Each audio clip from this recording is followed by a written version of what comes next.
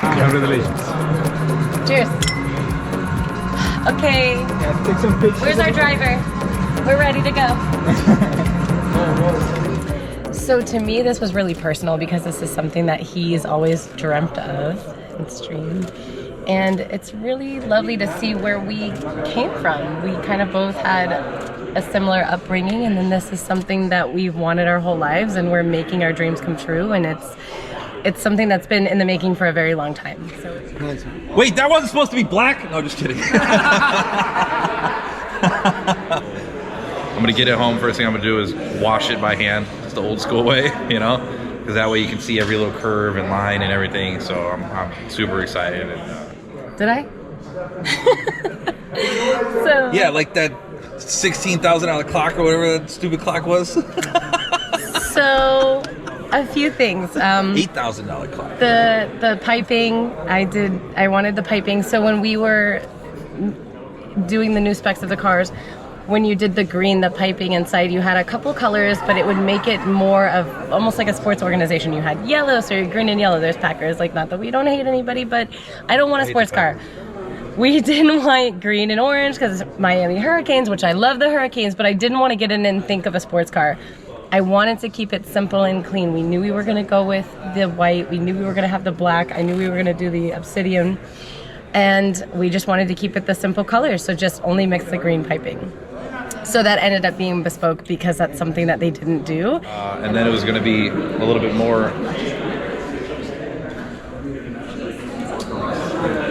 first it started, it was going to be basic. We actually thought we were going to do a blue car. I had this blue spec all going. I was going to do navy with a light blue. And then some yellow and stuff on the inside.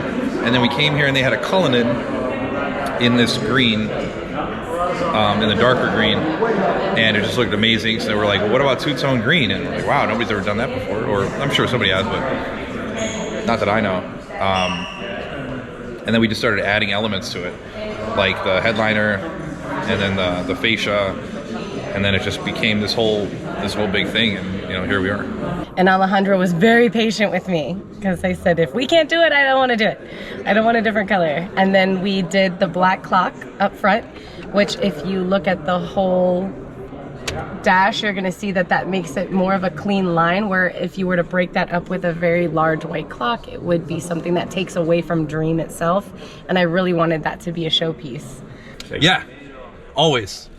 Every time you're in a new car, because you got to feel it out, there's so many different you know, nuances to all these cars. Some of them are super fast, some of them, you know, are super smooth. You got to get used to the turning radius of it, you know what I mean, all this kind of stuff, and you just never know initially how the car is going to react, plus like the brakes. So I'm always nervous in the beginning.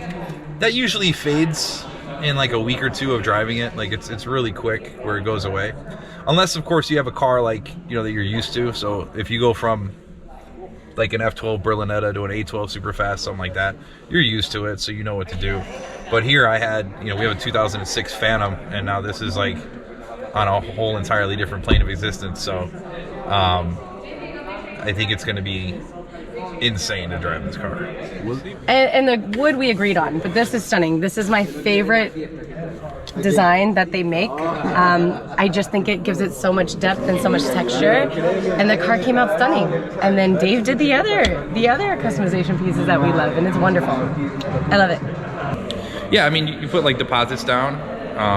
You know, you can give them as much money as you want, and you just start to put money down, and then at the end, like when you take delivery, however you want to do it, if you want to pay it or you want to finance it or do whatever, they do that at the end. So there's X amount that you have to put in the beginning, and then at the end you either finance or pay it off.